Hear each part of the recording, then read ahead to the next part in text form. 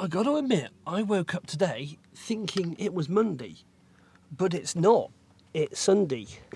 And holy moly, have people made a run for the hills. And I can't say I blame them after the weekend of weather that we've just had. And I got to admit, I'm thinking the same thing. Should I stay here for today and make the most of it? Or do I get the driving done and just get back home? So at least on Bank Holiday Monday, I can go, aha! I'm not dealing with all the bank holiday traffic. And the reason I'm thinking about this is because, well, yesterday got a bit messy, but not in the way you might think. My trainers are absolutely soaking and covered in mud. These were my spare set of clean jeans. Not anymore. Now, I've got to admit, the old Craig Charles is a bit of a legend on the decks, it seems. I think I said last night, and I can't remember because I might have had a little drinky. It was like 9:58, gone, off the stage. No encore, no nothing. So that's why I'm thinking, do I stay here tonight and then knowing I'm going to bed at 10 o'clock? More importantly, let's get this cup of tea on the go. You can't do a van life video without having some slow-mo of pouring boiling water to make a cup of tea or coffee. We don't see this on many other videos. Just cooking myself some lunch, and of course that's when my gas happens to run out. I shall name this abomination a heart attack in a bab. Let's go dispose of this. And this is, I suppose, my first negative thing about the Campervan Campout. There's no recycling. All you've got is these massive skips. Now, you won't believe it, a moment or two ago, we had something called the sun. And my van got very hot, and that meant the fridge started working. And now I realise I'm taking a bit too much of a risk just trying to keep my food cold. Let me show you. I'm running my fridge off the starter battery, and that's given me a little bit of anxiety. Also, thank Lordy for getting my power bank charged up, because for whatever reason this afternoon, after I finished eating, I was doing a bit of editing, my Mac was completely dead. That leisure battery there is completely cooked. But my main worry is, I've got quite a bit of food in this fridge, and it's not all for today, it's for when I go back home as well, and I don't want it to go off, get spoiled or rotten or anything like that. And I think all this is pushing me over the edge to go and buy something that I really hadn't intended buying. But the good news is, because I won't be sponsored, because I won't be a brand ambassador, I can go into this with mild hope and optimism to think, can I power enough of my gadgets with the sun on a bit of a budget?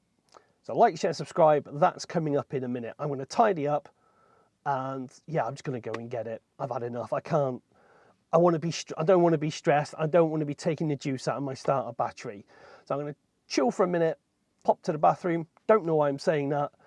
And then we'll go for a wander around the merchant sales area. Oh, it's so nice to be walking towards the main area and not absolutely be hacking it down with rain. Whilst I'm on the way to the main sort of shopping area, let's have a quick look at this. The Wellness Sanctuary. It's a far call away from the one that was in Camp Quirky. If I'm right, I believe they use this as a silent disco. Now, it does say free toothpaste. Do they mean this stuff, or do they mean this stuff? I'm gonna have to come back later and find out. I wouldn't mind trying this, to be honest. So anyways, this is the wellness area. Really not much to be sneezed at, really, is it? Moving on, here we are in the shopping village. And what's good is that there's a lot of knickknacks, a lot of things that you go, ooh, that's really handy. So I'm gonna shut up, cue some music, and get a little slow-mo footage.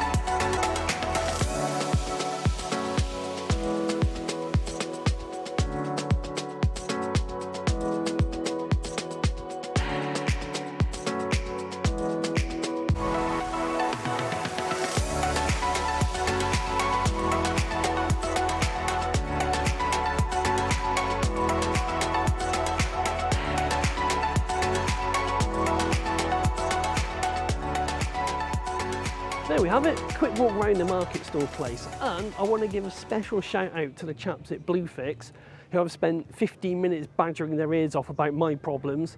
And they've said, well, I'll tell you what, if you're in the Hereford area, pop in and see us and we'll see how we can help you out. Not that I'm after a freebie, that's not the case at all, but they said, pop in, we'll have a look, we'll give you some advice. So yeah, fair plays, lads. I'm definitely going to be doing that before I go to the Vanlife Festival UK in, I want to say Shrewsbury? Oh, I don't know. Now I've got to go and spend a bit of money and I don't want to. It's not that I don't want to spend that money, it's just I wasn't expecting to. And my budget is right on the cusp, so if you do want to help out, a like, share, subscribe down below would be awesome. I've only gone and done it. I've bought myself an EcoFlow River 2. However, there's one slight problem, as there always is with me. Okay, you got mains. You've got that thing there that goes to a 12-volt adapter thing, but nothing to go into my solar panel connector. Well, there's one bit of good news. It's going to power my fridge for a little bit anyway. Let's see if we can go back and get the right cable. And I think it's definitely time for a beer. I'll tell you what, it doesn't make a difference when the sun comes out. It's actually quite a lovely atmosphere now, even if everyone is parking up and getting ready to go. Which is where I've got the slight dilemma. You see, it's taken me about an hour and a half to buy a battery pack, walk to the van, realise I didn't have the right cable, walk back to the stand, buy a cable for 20 quid, bearing in mind my battery pack cost me 250, walk back to the van, get it set up, to discover that my solar panel isn't charging, to lose a gland of the solar panel, to then spend 30 minutes trying to cobble it all together, but at least now it's sort of working, even if it is quite cloudy. But this presents another problem, is that now all the vans are leaving. I'd really hoped to do some sort of van montage. I hope there's still enough around. Now, to be fair, there are a lot of nice vans here for sure. Problem is, in the insides, kind of once you've seen inside one, you've almost seen inside them all. I know that sounds daft, that they're a variation on a theme, but they all tend to be rocking roll bed, side panelly type thing here, and kitchen along the back. It's just different trim and different colours. Come with me as we've entered the YouTuber creator area. And I've got to admit, there's one van. I think it's my joint favourite first van. I absolutely love the new ID4. But this one over here, this I really like.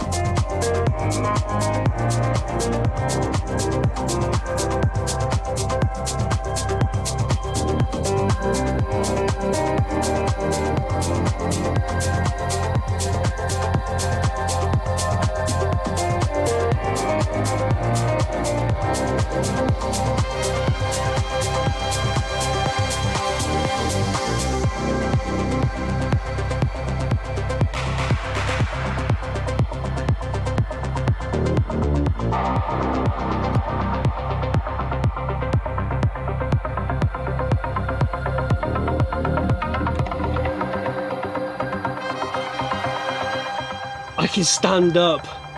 I hadn't realised till I've been, this is the only second time I've been in a van where I can stand up. Oh, it's so nice.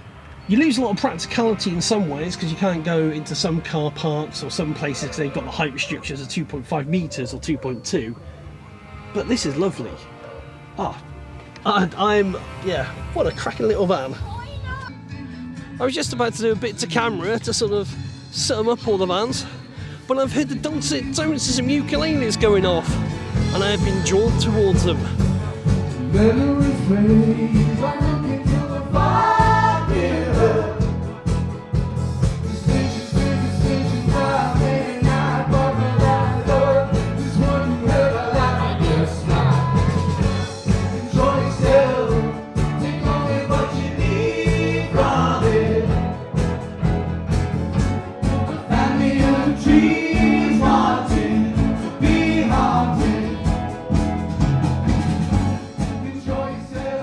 It's a shame there's not been more self-built vans and a bigger creator area or self-build area really.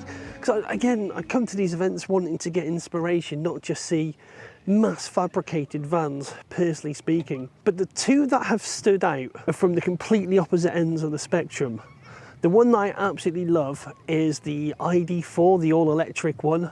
I don't know why, but I'm absolutely smitten with that van. I think it's because it's all electric. It just feels nice and airy, like a nice van to be in. My second favourite is the T2 or T4 it is. Such a lovely old van. Nice and simple, lots of cladding, nice and airy. Nice little touches, especially the light switches. They were really, really cool.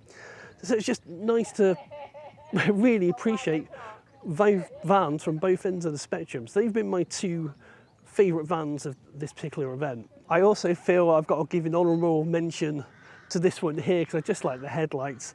And just in case you are wondering, do I get any funny looks while I'm doing bits to camera like this?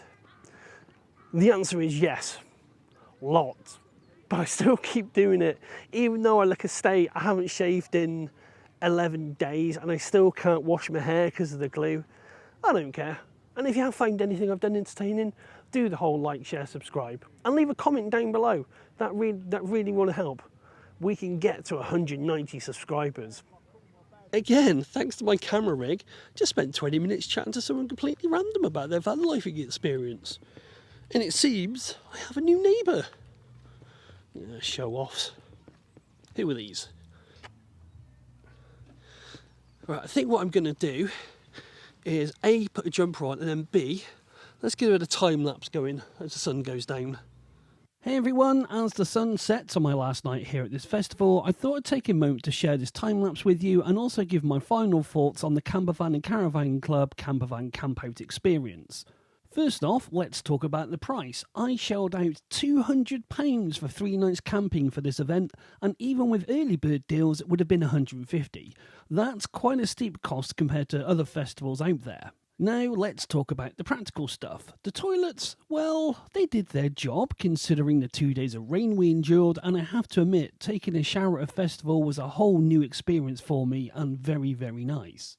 The Market Street had its charm, the talks were decent, and some of the music was pretty good too, but here's where I felt a bit let down. Come 10 PM, the energy faded away. No music, no lively bars or chill-out zones. It felt like a you don't have to go home, but you can't stay here kind of situation. And you know what? The overall atmosphere fell short of what I've experienced at other events. It lacked that vibrant festival spirit and had this organised, almost corporate feel to it. I didn't see people freely exploring the different camper vans, mingling around fire pits, or that sense of festival camaraderie.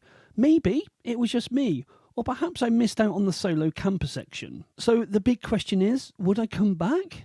Well, it's a never say never situation. If I stumbled upon a discount code or found a festival closer to home, I might give it another shot.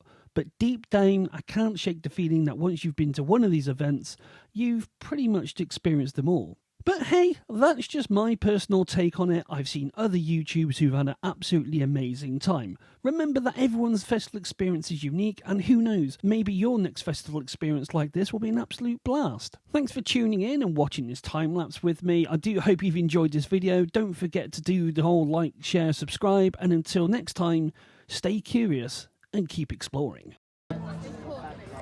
Because I had the mistaken belief that I'm still hip and trendy, I'm going to try and get as close to the band as possible.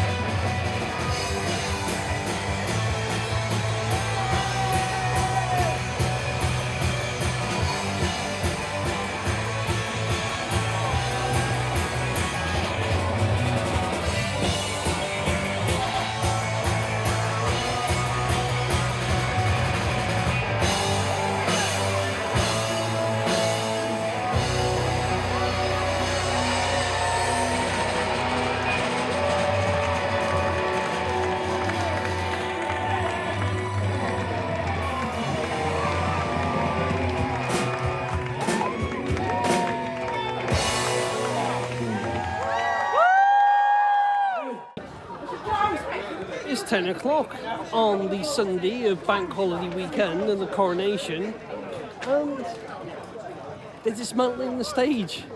It's like, why have a 1 hour set? It just doesn't make any sense at all. If I was in a pub right now, I could have the jukebox on for another hour. So I don't get this whole, well, the neighbours are complaining about the noise. I could be in a boozer with a jukebox on, or if they have a live band playing, not an issue. And it's annoying because it's 200 quid for this event, and at 10 o'clock it's like, well, let me show you what it's like. Pizza's closed, hog roast closed, mac and cheese closed. I'm trying to figure out how to put this into a video because there are so many people who are defensive of this to go, oh, well, it's their first time. It's like the first time you push the limits just a little bit, not too much, to see what you do, but